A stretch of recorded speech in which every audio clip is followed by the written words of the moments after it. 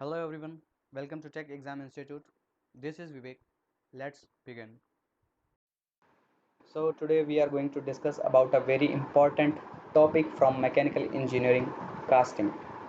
दोस्तों हम सब जानते हैं हमारे मैकेनिकल इंजीनियरिंग में एक सब्जेक्ट होता है प्रोडक्शन, उसी का एक टॉपिक होता है कास्टिंग, जिसका वेटेज हर एग्जाम में लगभग बहुत होता है। किसी में न्यूमेरिकल्स आते हैं, किसी में थ्योरी आती है, किसी में दोनों ही आते हैं। तो उसके बारे में हम बात करेंगे। उससे पहले आप हमारे चैनल को सब्सक्राइब कर लीजिए, बेल आइकन को प्रेस कर लीजिए, जिससे हमारे लेटेस्ट वीडियोस आपके पास तुरंत के तुरंत पहुंचते रहें और आपकी प्रिपरेशन कंटिन्यूस चलती रहे। चलिए स्टार्ट करते हैं। सबसे पहले जानते हैं what is manufacturing process. Manufacturing process क्या होता है दोस्तों? हम लोग रॉ मटेरियल लेते हैं, उसको चेंज कर देते हैं फिनिश प्रोडक्ट में कुछ वैल्यू एडिशन करके। अब ये वैल्यू एडिशन क्या होता है? हम लोग जो लेबर लगाते हैं, जो कॉस्ट लगाते हैं, जो प्रोसेसेस करते हैं, वो सारे वैल्यू एडिशन के अंदर ही आते हैं। ठीक है, उसके बाद हम बात करते हैं क्लासिफिकेशन ऑफ मैन्युफैक्चरिंग प्रोसेस की। नंबर 1 होता है फैब्रिकेशन प्रोसेस। दोस्तों इसको टेम्परेरी ज्वाइंट प्रोसेस भी बोलते हैं। टेम्परेरी ज्वाइंट प्रोसेस के साथ एक और नाम इसका होता है एडिटिव प्रोसेस। अब इसको temporary joint process, additive process क्यों बोलते हैं? एक्चुअली जो इसके एग्जांपल्स होते हैं वो होते हैं वेल्डिंग, रिवेटिंग। यानी अगर हम किसी भी दो मेटल्स को, टूटे हुए मेटल्स को अगर जोड़ते हैं तो हमें तीसरे मेटल की ज़रूरत पड़ती है, इसलिए हम इसे एडिटिव प्रोसेस बोलते हैं। और टेम्परेरी ज्वाइंट प्रोसेस इसलिए बोलते हैं क्योंकि हम जैसे रिवेटिंग करते हैं तो उसको हम तुरंत वहाँ से खोल भी सकते हैं। ठीक है। नंबर 2 आता है मटेरियल रिमूवल प्रोसेस। आप सभी ने सुना होगा पंचिंग एंड ब्लैंकिंग। तो उसमें हम क्या करते हैं, आपका जो मेटल होता है उसके ऊपर से हम कुछ मेटल को रिमूव कर देते हैं बाय सम प्रोसेसेस। ठीक है, पंच कर देते हैं, ब्लैंक कर देते हैं। ठीक है, तो इसीलिए हम इसे मटेरियल रिमूवल प्रोसेस बोलते हैं, क्योंकि इससे हमारा कुछ मेटल स्क्रैप जो होता है वो बाहर निकल जाता है। ऐसा इसका एक और नाम होता है, इसको बोलते हैं सब्सट्रैक्टिव प्रोसेस। ये तो आप सब समझ ही गए होंगे कि इसको सब्सट्रैक्टिव प्रोसेस क्यों बोलते हैं। तीसरा आपका नाम आता है फॉर्मिंग प्रोसेस। अब ये फॉर्मिंग प्रोसेस क्या है दोस्तों? फॉर्मिंग प्रोसेस में हम क्या करते हैं, किसी भी मेटल को प्लास्टिकली डिफॉर्म करते हैं, उसके ऊपर जो फोर्स लगाते हैं वो फोर्स हमारा उस मटेरियल के यील्ड स्ट्रेंथ से ज़्यादा होना चाहिए। उससे हम लोग बोलते हैं फॉर्मिंग प्रोसेस। और उसके जो एग्जांपल्स होते हैं वो होते हैं आपके रोलिंग होता है, रोलिंग आप सब जानते होंगे। ठीक है, हम लोग डिस्कस भी करेंगे आगे प्रोडक्शन में रोलिंग। ठीक है, उसके बाद आता है कास्टिंग, जिसको हम ब्रॉड में पढ़ने वाले हैं। ठीक है, और सबसे इम्पोर्टेंट चीज़ जो फॉर्मिंग और कास्टिंग जो होता है ना, ये आपका ज़ीरो प्रोसेस के अंदर आता है। ओके, इसको हम ज़ीरो प्रोसेस भी बोलते हैं। चलिए आगे बढ़ते हैं। कास्टिंग। अब कास्टिंग में सबसे पहले तो मैं आपको स्टेप्स बता देता हूँ कि एक्चुअली कास्टिंग के स्टेप्स क्या होते हैं। उसके बाद मैं एक एक चीज़ आपको बताने वाला हूँ। सबसे पहले स्टेप्स में आपका क्या होता है,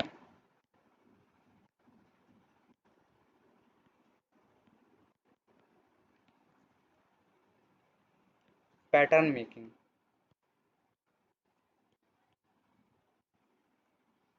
फिर हम लोग करते हैं माउल्ड मेकिंग। फिर हम लोग करते हैं कोर मेकिंग। फिर हम लोग करते हैं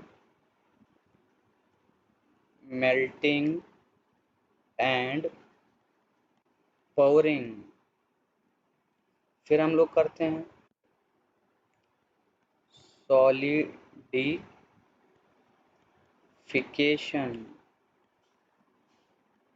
फिर हम लोग करते हैं क्लीनिंग। ठीक है, इन सारे स्टेप्स को हम लोग आगे पढ़ने वाले हैं पूरी तरह से। तो सबसे पहले जो इसके जो इम्पोर्टेंट जो आपके पॉइंट्स होते हैं कास्टिंग के, उसके बारे में जान लेते हैं। सबसे पहला जो इसका होता है पॉइंट, वो उसके बारे में मानेंगे टूल्स। इसमें टूल्स हम लोग क्या क्या यूज़ करते हैं। ठीक है, टूल्स में सबसे पहले आपका आता है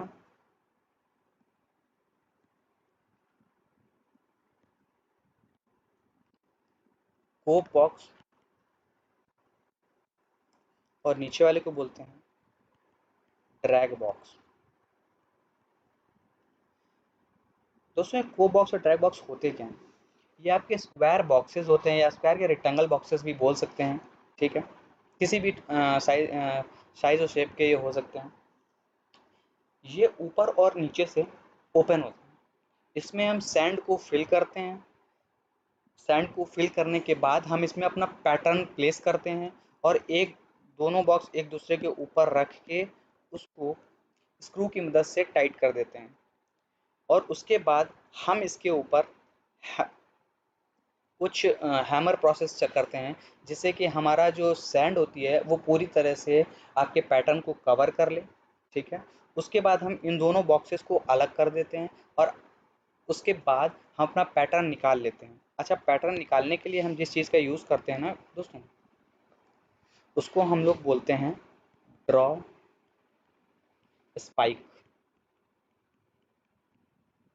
ड्रॉ स्पाइक एक ये टूल होता है कुछ इस टाइप का, ठीक है। इसको हम पैटर्न में लगा देते हैं और पैटर्न को रिमूव कर लेते हैं। उसके बाद हम इन कोप एंड ड्रैग बॉक्स को फिर फिक्स कर देते हैं, और मोल्टेन मेटल इसके अंदर एक कैविटी के थ्रू, जहाँ पे हम कैविटी बनाएंगे उसके थ्रू हम इसमें फिल कर देते हैं, और हमारी कास्टिंग सॉलिडिफाई होने के बाद हम इसे निकाल लेते हैं। ये कोप एंड ड्रैग बॉक्स का काम होता है, ठीक है। उससे पहले मैं आपको एक और चीज़ बता देता हूँ। उसमें जो ये बीच की लाइन होती है ना, ये इसको हम लोग बोलते हैं पार्टिंग लाइन। पार्टिंग लाइन, ठीक है। और अगर हमारी कास्टिंग बड़ी है, ठीक है, तो उसमें हम 3 बॉक्सेस का भी इस्तेमाल करते हैं कभी कभी। अब ये तीसरा बॉक्स क्या है? जो ये आपका तीसरा बॉक्स होता है ना, इसको हम लोग चक बोलते हैं। क्या बोलते हैं? चक,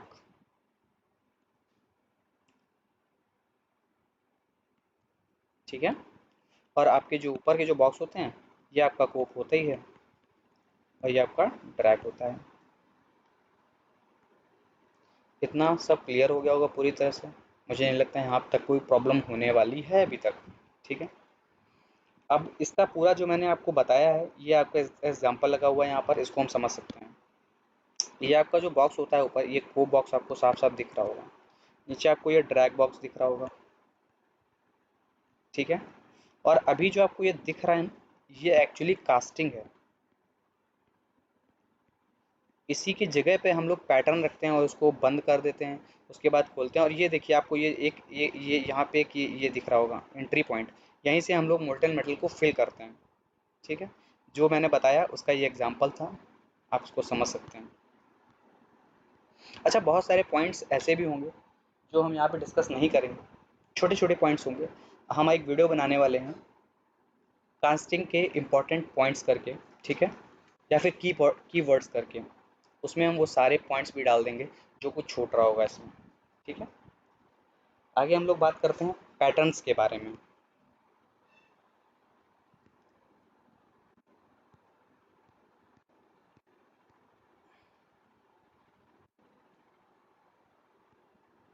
पैटर्न्स, पैटर्न क्या होता है दोस्तों? दोस्तों, जो हमने अभी पीछे डिस्कस किया पैटर्न, पैटर्न एक्चुअली कुछ होता नहीं है। एक आपका जो हम लोग की कास्टिंग बनती है ना, उसी का एक रेप्लिका होता है। तो क्या बोलेंगे? रेप्लिका ऑफ कास्टिंग बोल सकते हैं, या फाइनल कास्टिंग बोल सकते हैं, ठीक है। जो भी हम लोग कास्टिंग बनाएंगे ना, उसका एक रेप्लिका जो होता है उसी को हम लोग पैटर्न बोलते हैं, और यही पैटर्न जो होता है वो हमारा कास्टिंग बनाता है, ठीक है। अब हम जान लेते हैं टाइप्स ऑफ पैटर्न के बारे में। अब हमने जान तो लिया कि पैटर्न होता क्या है ना, पैटर्न्स के भी कुछ टाइप्स होते हैं, ठीक है। उन टाइप्स के बारे में जानेंगे, टाइप्स ऑफ पैटर्न्स, ठीक है। स्टार्ट करते हैं। सबसे पहला हमारा था सिंगल पीस पैटर्न। अब दोस्तों, ये सिंगल पीस पैटर्न क्या होता है? आपने कोप एंड ड्रैग बॉक्स पीछे पढ़ा, उसी कोप एंड ड्रैग बॉक्स में अगर हम एक ऐसा पैटर्न रखें जिसको हम जब रिमूव करने वाले हों तो वो पूरा का पूरा पैटर्न वहाँ से रिमूव होकर निकल आए, और हम फिर से कोप एंड ड्रैग बॉक्स से पूरा का पूरा मतलब निकाल सकते हैं, उसको हम लोग बोलते हैं सिंगल पीस पैटर्न, ठीक है। कोई प्रॉब्लम नहीं थी, सिंपल सा होता है। उसके बाद हम लोग जानेंगे लूज पीस पैटर्न। अब लूज पीस पैटर्न क्या होता है, मान लीजिए आपकी कोई कास्टिंग ऐसी है जो थोड़ी कॉम्प्लिकेटेड है, अब हम उसमें कुछ पैटर्न लगा तो दिया, अब उसे हम कोप एंड ड्रैग बॉक्स से निकाल नहीं सकते क्योंकि उसके कुछ parts crop and drag box के अंदर कहीं सैंड में फंस गए होंगे। ठीक है, तो जो स्कोप एंड टेक्स्ट बॉक्स में फंस गए होंगे उन चीज़ को कैसे निकाला जाए, तो ऐसे पर्पस के लिए हम लोग ऐसे पैटर्न का यूज़ करते हैं जिसके कुछ पीसेस हमारे मेन पैटर्न से अलग हो जाएं। जैसे ये जो पीसेस आप देख रहे हैं, ये कुछ आपके मेन पैटर्न से अलग हो जाते हैं, बाद में हम इसको ड्रॉ स्पाइक की मदद से या किसी भी तरीके से आराम से इसको बाहर निकाल सकते हैं। चौथा हमारा आता है, तो हमने एक जान लिया, दो देख लिया। तीसरा आता है हमारा स्प्लिट पीस पैटर्न। अब दोस्तों स्प्लिट पीस पैटर्न क्या होता है, मान लीजिए आपने कोप बॉक्स में कोई पैटर्न को रखा, ठीक है, अब वो कॉम्प्लिकेटेड कास्टिंग है, ठीक है, मान लीजिए हमने इसके ऊपर अब ड्रैग बॉक्स को भी रख दिया, उसके बाद वो खुल ही नहीं रहा है, फंस गया, तो उसके लिए हम क्या करते हैं, स्प्लिट पीस पैटर्न का यूज़ करते हैं। पहले आपने उसको कोप में लगा दिया, फिर उसने आपने पहले उसको कोप बॉक्स में लगा दिया, ठीक है, और अलग से आपने उसको ड्रैग बॉक्स में लगा दिया, फिर दोनों को निकाल के उन दोनों को आपने आपस में फिक्स कर दिया। ठीक है, इसलिए हम स्प्लिट पीस पैटर्न का एक्चुअली जो हमारी जो क्रिटिकल कास्टिंग्स होती है ना उनके लिए यूज़ करते हैं। अच्छा बेटा, मैच प्लेट पैटर्न क्या होता है, मैच प्लेट पैटर्न भी एक्चुअली जो होता है ना वो same to same split piece pattern की तरह काम करता है। ठीक है, इसमें क्या होता है, हमारी जो भी कॉम्प्लिकेटेड कास्टिंग्स होती हैं उसमें हम बीच में एक प्लेट लगा देते हैं। ठीक है, ये प्लेट, ये पैटर्न होता है ना, जैसे ये प्लेट लगा दिया, इसके ऊपर आधा पैटर्न ऊपर रख देते हैं, आधा पैटर्न नीचे रख देते हैं, उसके बाद इसको हम कोप एंड ड्रैग बॉक्स में फिक्स कर देते हैं। उसके बाद हम बात करेंगे मल्टी पीस पैटर्न की। अब आपकी कास्टिंग बहुत बड़ी हो गई है, मैंने बोला था ना, अब ये कोप बॉक्स हो गया, ये चेक बॉक्स हो गया, ये ड्रैग बॉक्स हो गया। ठीक है, अब कास्टिंग आपकी बड़ी है, आपके पैटर्न बड़े हैं, तो हम उसको डिफरेंट डिफरेंट पीसेस में कट करके उनको डिफरेंट डिफरेंट बॉक्सेस में कोप चेक एंड ड्रैग में फिक्स कर देते हैं और उसको बंद कर देते हैं, और उसके बाद आपकी जो कास्टिंग होती है वो आसानी से बना सकते हैं हम, अगर कोई क्रिटिकल या बड़ी कास्टिंग होती है। उसके बाद आपका आता है sweep piece pattern, sweep pattern sorry. Sweep pattern क्या होता है, मान लीजिए आपको कोई ऐसी कास्टिंग बनानी है जो आपकी बेल टाइप की जो कास्टिंग होती है, उसके लिए हम क्या करते हैं, उसका एक 2D फ्रेम तैयार करते हैं और उसको हम बॉक्स में लगा देते हैं। ये 2D आपका फ्रेम है, ठीक है, इस 2D फ्रेम को हम लोग बॉक्स में लगा देते हैं और एक एक्सेस के अराउंड उसको 360 रोटेट करा देते हैं, जिससे हमारी सैंड में वो एक कैविटी बन जाती है और उसमें हम मोल्टन मेटल फिल करके उसको आराम से हम लोग 3D कास्टिंग बना सकते हैं। और जो आपका सबसे लास्ट आता है वो आता है फ्लो बोर्ड पैटर्न। अब ये फ्लो बोर्ड पैटर्न क्या होता है, मान लीजिए आपकी कोई कास्ट, आपका ऐसा कोई पैटर्न है जिसके ऊपर मान लीजिए हमने कोई जब उसको कोप एंड ड्रैग बॉक्स में रखा, और जो रैमिंग प्रोसेस होती है हैमर के थ्रू को सैंड को हम लोग जब दबाते हैं, रैमिंग प्रोसेस करते हैं, उसमें अगर हमारा एक जो आपका पैटर्न हो वो टूट सकता है, ऐसी कंडीशन में हो, तो उसके लिए हम लोग क्या करते हैं, फ्लो बोर्ड, ये जो आप देख रहे हैं ना, ये होता है फॉलो बोर्ड, इस फॉलो बोर्ड को लगा देते हैं। उसके बाद अगर हम, ये आपका पैटर्न दिख रहा होगा, ये आपका पैटर्न है, अगर इसमें हम फिर रैमिंग प्रोसेस भी करते हैं तो वो आपका जो आपका जो पैटर्न होता है उस पे ऊपर ज़्यादा कोई इफेक्ट नहीं आएगा। तो दोस्तों अब हम बात करने वाले हैं कास्टिंग की लिमिटेशंस के बारे में। ठीक है, लिमिटेशंस ऑफ कास्टिंग, क्या क्या लिमिटेशंस ऑफ कास्टिंग हो सकती हैं उसके बारे में जानेंगे। ठीक है, सबसे पहला, आपकी जो कास्टिंग होती है उसकी जो प्रॉपर्टी होती है वो नॉन यूनिफॉर्म होती है, मैकेनिकल प्रॉपर्टी जो उसकी होगी वो नॉन यूनिफॉर्म होगी थ्रू आउट द कास्टिंग। ऐसा क्यों होता है, क्योंकि जो कूलिंग ऑफ द कास्टिंग होती है वो नॉन यूनिफॉर्म होती है। जो भी कास्टिंग होती है उसकी कूलिंग जो होती है वो आउटर सरफेस से हमेशा स्टार्ट होती है और टूवर्ड सेंटर जाती है। ठीक है, पहले एकदम लास्ट का पार्ट जो होता है वो सॉलिड होगा, उसके बाद धीरे धीरे करके हम लोग सेंटर की तरफ बढ़ते हैं, इसकी वजह से उसकी जो मैकेनिकल प्रॉपर्टी जो होगी वो नॉन यूनिफॉर्म होती है। ठीक है, नंबर दो अगर हम लोग बात करते हैं वो होता है डिफेक्ट्स। कास्टिंग बनाने में बहुत सारे डिफेक्ट्स आते हैं।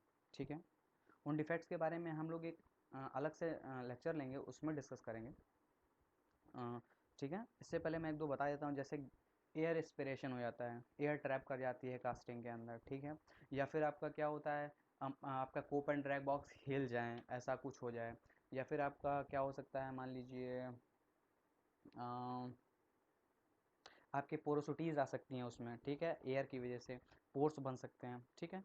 नंबर 3 हम लोग जो बात करने वाले हैं वो आपकी होती है टाइम टेकिंग प्रोसेस जो होता है, ठीक है। जो पूरी कास्टिंग होती है ना, ये बहुत टाइम टेकिंग होती है। आप शुरुआत से देख लीजिए आपको कितने प्रोसेसेस करने पड़ते हैं, उसके बाद आपको फिनिश प्रोडक्ट मिलने वाला है। लेबोरियस होता है, जाहिर सी बात है कि आपको इतने प्रोसेस करने पड़ेंगे, और उसके बाद अगर एक आदमी भी उसे करेगा तो बहुत टाइम ले जाएगा, बहुत सारे आदमी की ज़रूरत भी पड़ सकती है हमको, ठीक है, बहुत सारे लेबर की ज़रूरत पड़ेगी, ठीक है। अगर हम लोग फोर्थ की बात करते हैं तो वो आ जाता है कि जो कास्टिंग आपकी होती है ना दोस्तों, उसकी जो सरफेस फिनिश होती है ना, वो स्मूथ नहीं होती है बिल्कुल। बिकॉज हम लोग सैंड के साथ उसको मोल्टेन मेटल को सैंड में फिल करते हैं, तो सैंड में जाहिर सी बात है कहीं सैंड हल्का सा दब जाएगा, या सैंड हल्का सा टूट के गिर जाएगा, उसमें हल्का सा चपक जाएगा, तो क्या होता है, स्मूथ नहीं हो पाती है। उसको हम लोग मशीनिंग के थ्रू स्मूथ करते हैं, ठीक है। तो इस लेक्चर में इतना ही। अगर आपको हमारा लेक्चर पसंद आया हो तो प्लीज़, अगर आपने कुछ नया भी सीखा है इस लेक्चर में, तो लाइक बटन को प्रेस कर दीजिए। Thank you.